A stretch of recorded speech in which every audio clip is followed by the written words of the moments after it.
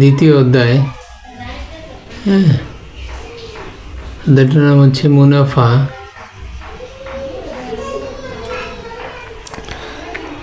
তো অধ্যায়ের নাম যেহেতু মুনাফা, তার মানে এখানে একটা লাভের বিষয় চলে আসতেছে। তো এই অধ্যায়ে আমরা মূলত যারা ব্যবসা করেন তাদের জন্য এই অধ্যায়ের সম্বন্ধে ধারণা থাকা সবচেয়ে গুরুত্বপূর্ণ। কারণ যারা ব্যবসা করেন তারা যদি হিসাব নিকাশ না বুঝেন, বা তোমরা ছাত্ররা যারা পড়াশোনা করছো, কেন করছো? কারণ তোমরা যেন ভবিষ্যতে কেউ ব্যবসায়ী হবে, কেউ ডাক্তার হবে, কেউ ইঞ্জিনিয়ার হবে। তো কোনো জিনিস কেনার আগে সেটা লাভ হবে না ক্ষতি হবে সেটা তোমাদের বুঝতে হবে। তো সেই সম্পর্কে তোমাদের ব্যাপক জ্ঞান লাভের উদ্দেশ্যে এই অধ্যায়টা তোমাদের শেখা উচিত। তো একজন ব্যবসায়ী, হ্যাঁ, ক্ষুদ্র ব্যবসায়ী যারা, তারা যে কোনো একটা পণ্য কোনো এক জায়গা থেকে কিনে নিয়ে আসেন, পাইকারি দোকান থেকে কিনে নিয়ে আসেন। তোমাদের যে এলাকায় বা মহল্লায় যে দোকানদার আছেন, তিনি বড় কোনো পাইকারি দোকান থেকে বা পাইকারি কোনো জায়গা থেকে তিনি পণ্য কিনে নিয়ে আসেন। তো কিনে নিয়ে আসেন, তো পণ্য কিনেন, সেটা তার একটা পণ্যের ক্রয় মূল্য, পণ্যের মূল্য, সেটা তার পণ্যের মূল্য। সে যে পণ্যটা কিনলো সেটা হচ্ছে পণ্যের মূল্য। কিন্তু সে যেখান থেকে কিনে নিয়ে আসেন সেই পণ্যের মূল্যের সঙ্গে তার আরও অন্যান্য খরচ আছে। সেই খরচটা হচ্ছে দোকান ভাড়া, আরও অন্যান্য তার খরচ, তাকে দোকান ভাড়া দিতে হয় প্রতি মাসে। এরপর আরও তার বিদ্যুৎ খরচ আছে, দোকান ভাড়া আছে, তারপর তার পরিবহন খরচ, তার সেই পণ্যটা কিনে দোকান পর্যন্ত আনতে পরিবহন খরচ আছে, দোকানের বিদ্যুৎ খরচ, বিদ্যুৎ বিল আছে, এছাড়া আরও অন্যান্য খরচ থাকতে পারে। লেবার খরচ, তার মালটা দোকানে তোলার যে লেবার লাগে সেই লেবার খরচ, এসব খরচ এই পণ্যের মূল্যের সঙ্গে এই সকল যত ধরনের খরচ আছে সেই খরচ যোগ করে সকল খরচ যোগ করে মোট যে পণ্যের খরচ হয়, পণ্যের পেছনে খরচ হয়, পণ্য ক্রয় সহ মোট অন্যান্য মোট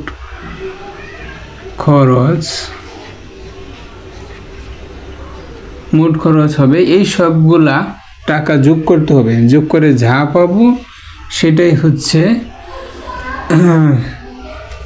এইটাকে আমরা ক্রয় মূল্য ধরতে পারি, পণ্যের ক্রয় মূল্য। তাহলে পণ্যটা যিনি মার্কেট থেকে পাইকারের কাছ থেকে কিনছে সেটা কিন্তু পণ্যের শুধু ক্রয় মূল্য নয়, ক্রয় মূল্যের সঙ্গে তার দোকান ভাড়া, পরিবহন খরচ, বিদ্যুৎ বিল, লেবার খরচ, এগুলাও যোগ হবে। এগুলো যোগ করার পরে প্রকৃত খরচ বের হবে, পণ্যের ক্রয় মূল্য, যেটা প্রকৃত পণ্যের প্রকৃত খরচ। তো এটাকে আমরা ক্রয় মূল্য ধরব বা বলবো। আর বিক্রয় মূল্য আমরা ক্রয় মূল্য সম্বন্ধে জানলাম। এবার বিক্রয় মূল্য হচ্ছে একজন খুচরা বিক্রেতার কাছে বা দোকানদারের কাছে বিক্রয় মূল্য হচ্ছে তার যে এই ক্রয় মূল্য, এই ক্রয় মূল্যের সঙ্গে আরও কিছু টাকা যেহেতু উনি লাভ করবেন, ব্যবসায়ী মানে কি লাভ করবেন, তবে কিছু কিছু ক্ষেত্রে ক্ষতি হতে পারে। তো বিক্রয় মূল্যটা কত হবে? বিক্রয় মূল্যটা হবে তিনি যে দামে কাস্টমার বা গ্রাহকের নিকট বিক্রি করবেন, গ্রাহকের নিকট যে দামে বিক্রি করেন সেটাই হচ্ছে তার বিক্রয় মূল্য। বিক্রয় মূল্য কিন্তু ক্রয় মূল্যের চেয়ে কম হতে পারে, তার যে ক্রয় মূল্য তার চেয়ে কম হতে পারে, আবার তার যে ক্রয় মূল্য তার চেয়ে বেশিও হতে পারে। তো যদি বিক্রয় মূল্য ক্রয় মূল্য থেকে বেশি হয় তাহলে লাভ হবে, আর বিক্রয় মূল্য যদি ক্রয় মূল্য থেকে কম হয় তাহলে ব্যবসায়ীর ক্ষতি হবে। আর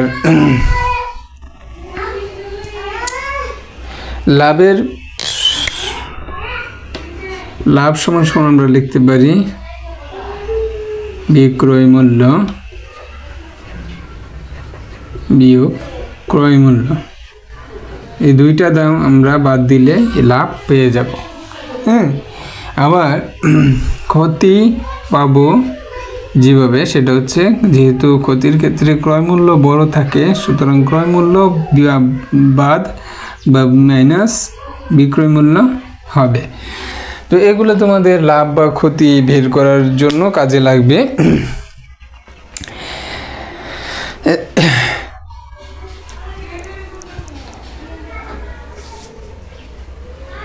এরপর আসো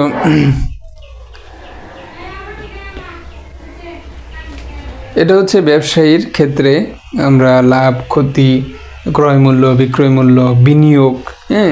বিনিয়োগ হচ্ছে যে কোনো একটা পণ্য ক্রয় করলেন, তার অন্যান্য যে খরচ সেগুলো সব কিছু মিলে তার যে টোটাল ব্যয় সেটা হচ্ছে বিনিয়োগ বা ক্রয় মূল্য।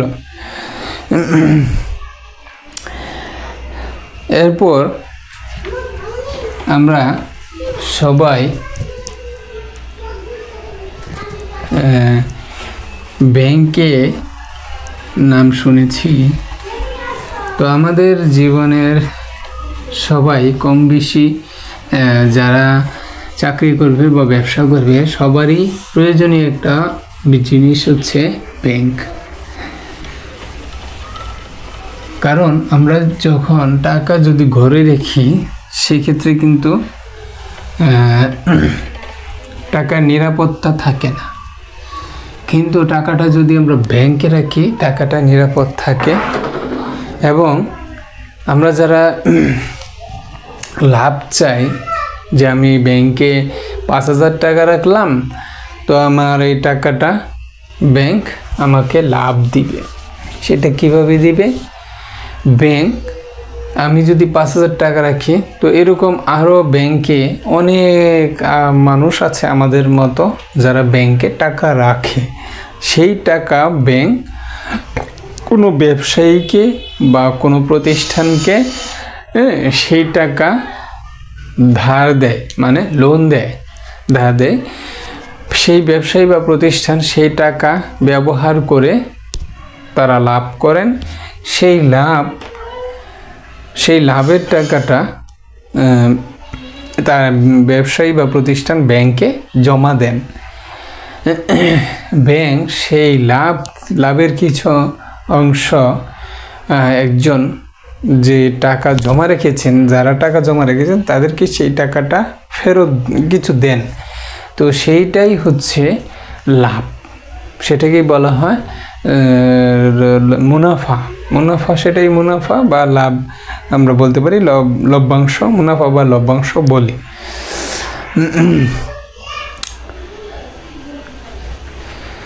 তো আমরা ব্যাংকে কিছু টাকার পর রাখার পর ধরো মুনাফাটা হচ্ছে, ধরো ব্যাংকে আমি 5,000 টাকা রাখলাম, 1 বছর পর ব্যাংক আমাকে 5,000 200 টাকা দিল। তাহলে এইখানে এই যে 5000 টাকা, এটা হচ্ছে আমার মূলধন বা আসল। এগুলো এটাকে আমি যে টাকাটা জমা রাখবো ব্যাংকে, সেই টাকাটা হচ্ছে আসল। এবং এই 5000 টাকা 1 বছরের জন্য, 1 বছরের জন্য পর আমি পেলাম 5200 টাকা। তাহলে এখানে কত দিনের জন্য রাখলাম সেটাকে বলে সময়কাল। মূলধন 5000 টাকা, আর সময়কাল কাকে বলা হচ্ছে, যত দিনের জন্য এই আসল টাকাটা আমরা রাখবো সেটাকে বলা হয় সময়কাল। সময়কাল। আর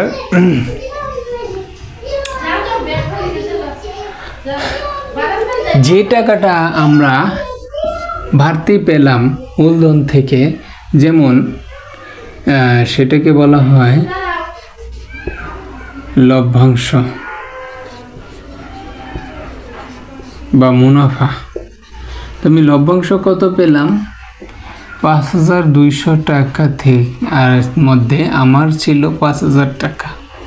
তাহলে বাকি যে 200 টাকা রইল সেটাই আমার লভ্যাংশ বা মুনাফা।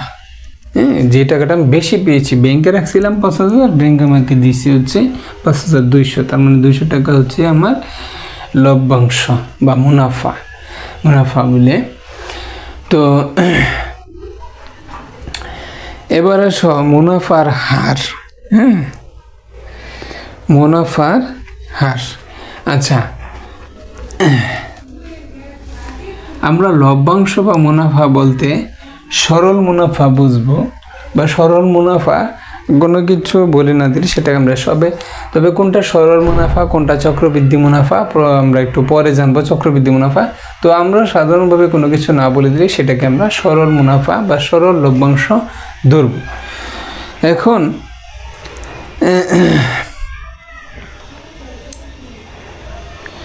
সরল মুনাফা, এবার আসো আমরা মুনাফার হার।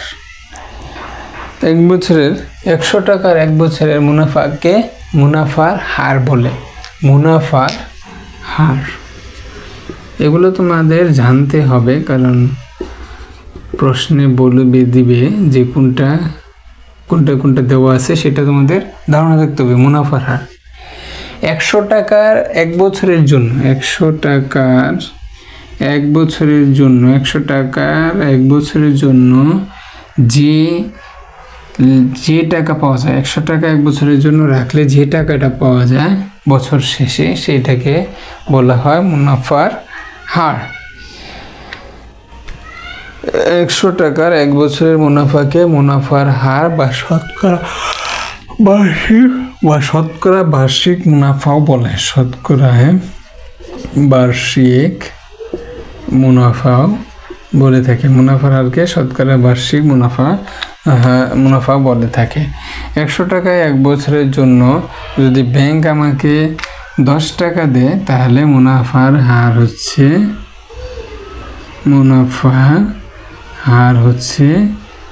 10%। 10% মনে হচ্ছে 100 টাকার জন্য 10 টাকা বোঝানো হয়েছে। ঠিক আছে, তাহলে সংজ্ঞাটা হচ্ছে প্রতি 100 টাকার জন্য 1 বছর শেষে যে মুনাফা বা যে টাকা পাওয়া যায় সেটাই হচ্ছে শতকরা বার্ষিক মুনাফা বা মুনাফার হার। আর সরল মুনাফার সংজ্ঞাটা হচ্ছে প্রতি বছর শুধু প্রারম্ভিক মূলধনের উপর, প্রতি বছর শুধু প্রারম্ভিক মূলধনের, মানে এই যে আমরা 5000 টাকা এখানে রাখছিলাম, সে প্রতি বছর শেষে এই 5000 টাকার উপর যে আমরা মূলধন লাভ মুনাফা পাবো, মুনাফা হিসাব করা হয়। প্রতি বছর শুধু প্রারম্ভিক মূলধনের উপর যে মুনাফা হিসাব করা হয় তাকে সরল মুনাফা বলে। প্রতি বছর প্রারম্ভিক এই যে 5000 টাকার উপর যে মুনাফা হিসাব করা হয় সেটা হচ্ছে সরল মুনাফা আর শুধু মুনাফা বললেও সরল মুনাফা বোঝাবে। এইগুলা প্রকাশ করার জন্য কিছু প্রতীক আছে, যেমন মূলধনকে সাধারণত প্রকাশ করা হয়, মূলধনকে প্রকাশ করা হয় পি দিয়ে। মূলধনকে প্রকাশ সাধারণত পি দিয়ে করা হয়। পি মানে এখানে আমরা প্রিন্সিপাল বা মূলধন বুঝে থাকি। মূলধনকে পি দিয়ে প্রকাশ করা হয়। আর সময়কে এন দিয়ে প্রকাশ করা হয়। আর শুধু সরল মুনাফা বা শুধু মুনাফাকে আই দিয়ে প্রকাশ করা হয়, ইন্টারেস্ট আই দিয়ে প্রকাশ করা হয়। আর মুনাফার হার এটিকে আর দিয়ে প্রকাশ করা হয়, মুনাফার হার। এগুলো তোমাদের জানতে হবে, কারণ এগুলো সূত্রে কাজে লাগবে।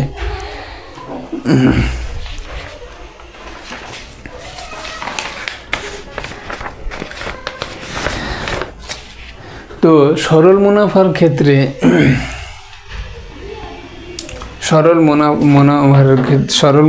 ক্ষেত্রে আমাদের মুনাফার যে সূত্রটি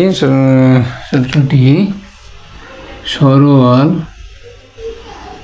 মুনাফার ক্ষেত্রে যে সূত্রটি আমাদের প্রায় লাগে, যে মুনাফা যেটিকে আই দিয়ে প্রকাশ করা হয়, মুনাফা I is equal to PNR, P দ্বারা মূলধন এবং এন দ্বারা সময়কাল, আর এর দ্বারা হচ্ছে মুনাফার হার বোঝায়। তো এগুলো তোমরা বুঝে নিবে। তো যে কোনো মুনাফা বের করতে গেলে আমরা খুব সহজে এই সূত্রটা যদি ব্যবহার করি, আমরা যে খুব অল্প সময়ের ভিতরে মুনাফা কত টাকার জন্য কত মুনাফা, কত দিনের জন্য কত মুনাফা, সেটা খুব সহজে বের করতে পারে। যেটা তোমরা ঐকিক নিয়মে করলে অনেক সময় লাগবে। তো এই জন্য আমি তোমাদেরকে বলবো, অবশ্যই তোমরা সূত্র ব্যবহার করবে দ্রুত করার জন্য, যেহেতু আমাদের ভবিষ্যতে আমাদের বড় বড় অনেক প্রবলেম সলভ করতে হবে। সুতরাং সূত্র তোমাদের অবশ্যই শিখতে হবে।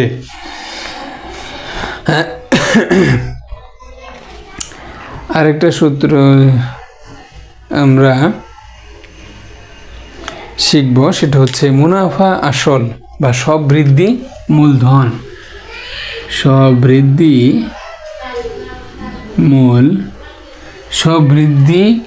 মূলধন বা সবৃদ্ধি মূল মুনাফা আসল, এটা আমাদের বের করতে বললে তখন আমরা মুনাফা আসল বের করার জন্য যে সূত্রটা ব্যবহার করব, সেটা হচ্ছে মুনাফা আসল P A is equal to P যোগ আই। এখানে পি হচ্ছে আসল আর আই হচ্ছে মুনাফা। মুনাফা এবং আসল যোগ করলে আমরা মুনাফা আসল পাবো। এই জন্য পি এ যোগ আই, মানে পি হচ্ছে আসল এবং মুনাফা যোগ করলে মুনাফা আসল পাবো।